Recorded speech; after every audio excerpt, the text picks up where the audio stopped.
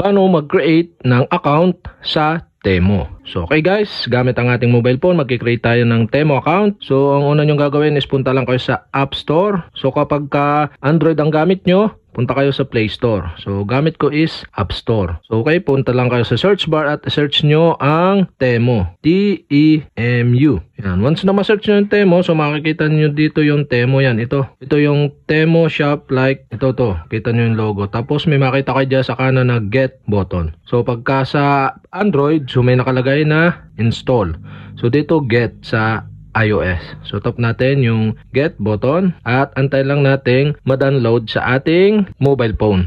So okay guys, kapag ganito lumabas, sign in with an Apple ID. So isa-sign in lang yung Apple ID nyo. So kapag hindi naman na ganito, diretso install. So proceed tayo sa next procedure. Kapag ganito, tap nyo yung sign in button. At ayan na nga guys. Yan, installing na yung ating Temu yan. After ma-install, so makikita dyan yung open button sa kanan. So tap natin yung open. So kapag kagamit nyo is Android, makikita nyo is open button din once na ma-install. Open lang dito or punta kayo sa pinakang Temu app. So okay guys, ito ang Temu homepage. So ganito ang lalabas para siyang mga Lazada at Shopee. So dito meron kayong makikitang sign in button. So kapag walang gantong lumabas, so punta kayo dito sa U or yung human icon dito sa gitna. Tap nyo lang yan. At dito may makikita kayong sign in button or register button. So tap natin at nang makakreate tayo ng account. So dito may pamimilian para makakreate ng account. So continue with Apple, continue with Google, continue with Facebook, continue with email. Tapos tap nyo yung pababa, continue with phone number. So okay, gagamitin natin is yung ating phone number.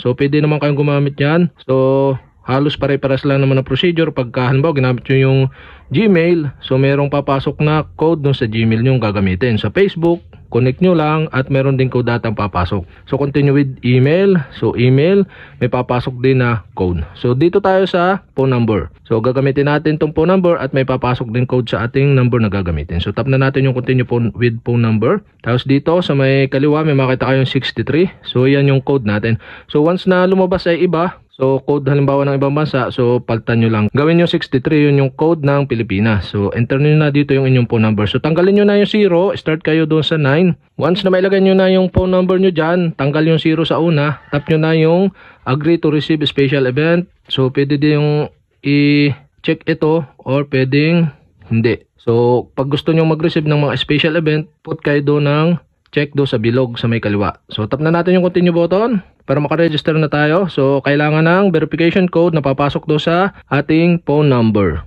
At enter na natin dito yung code. Yan. Once na ma-enter nyo, ganito ang lalabas. Unlock your exclusive deals. So okay, pwede nyo i-X or i-click yung okay. So X na natin. Yan. At successful na tayo naka-register sa ating Temu application gamit ang mobile phone. So home na natin yan. Naka-register na tayo. So yan guys. Pwede na tayo mag-sort at bumili or mag-search dito sa taas at bumili ng product sa Temu. So okay guys, ganun lang kadali mag-register gamit ang ating mobile phone. Sana nakatulong itong video na to. At kapag hindi ko pa kayo subscribe or mag-subscribe lang kayo sa aking YouTube channel, i-click nyo lang ang subscribe button at ang bell para updated kayo sa mga video tutorial like this. Okay, salamat sa panonood.